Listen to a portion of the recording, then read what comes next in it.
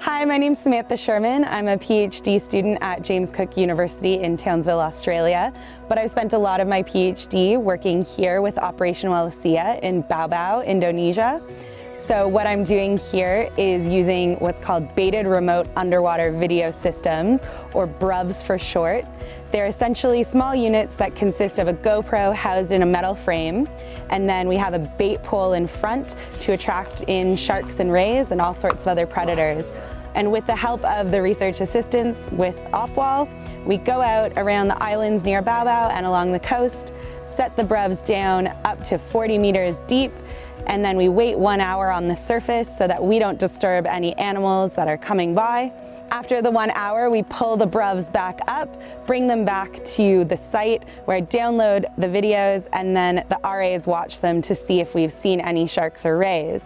So I'm doing this with the help of a project called Global Finprint, which has been documenting shark and ray populations all around the world on tropical coral reef ecosystems. And so far we've seen some really amazing results. In Bau Bau specifically, I'm spending a lot of time for my PhD looking at the difference in abundance and distribution of sharks and rays in the wet and the dry season. So we've loaded up the boat. We're heading out to Pulau Siampu. First we're going to do a dive to check the area out and so that the RAs can see what it looks like underwater. After our dive, we're going to set 6 BRUVs, wait an hour before we pick them up, and during that hour we'll do a fun hike, come back to the boat, pick up the BRUVs, and head home to analyze the footage.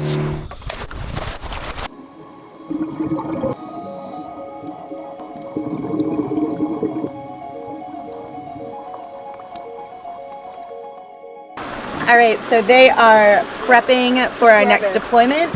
They are putting our bait pole where Jake's munched up all of our fish to get all the oils, bring in all the sharks and rays, and they are putting the bait pole into place. So right now they're all calling out that the camera's filming so that our ladies that are doing the data, Kate is checking the depth right now, and it is 4.5 meters, perfect. Lucy is recording our exact GPS point and the depth and everything else, our environmental, so the cloud cover, the wind, and which direction the wind is coming from. 1209. Can you see that it's landed nicely? Yeah. All right, then you can let the rope out.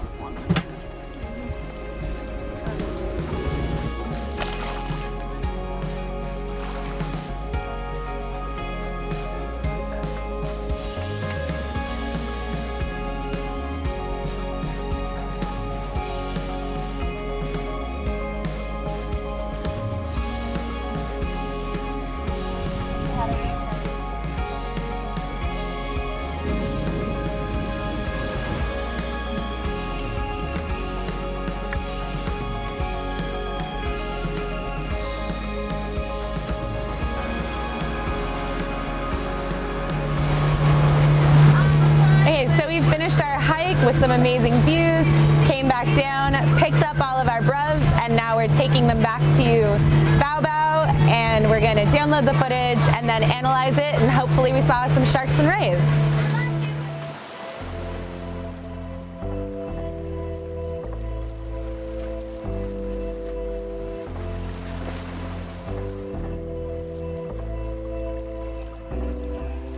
Once we get back on land, we download the video footage and then watch it for any sharks, rays.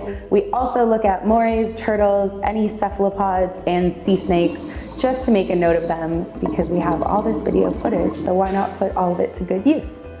We've seen 8 species of ray and 2 species of sharks here, and that's the most species of ray anywhere in Southeast Asia that we've been. So far, the coolest thing we've seen in Bau Bau is called a bowmouth guitarfish. We've only seen one of them in Southeast Asia on over 5,000 videos, and I was so excited when we saw it. It was 2 years ago on one of our OPWAL trips, and I'm still excited that we saw it here.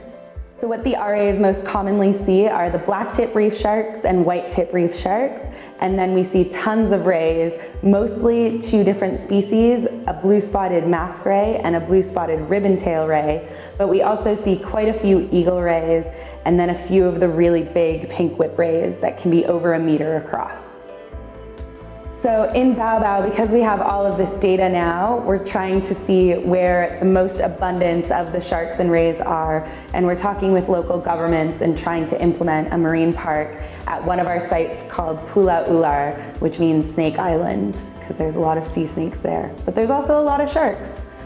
And for global finprint, what we're trying to achieve is get a snapshot of diversity, abundance, and distribution of sharks and rays on tropical coral reefs around the world, because we really don't actually know what species are where and why. So we're trying to see what's driving those abundances.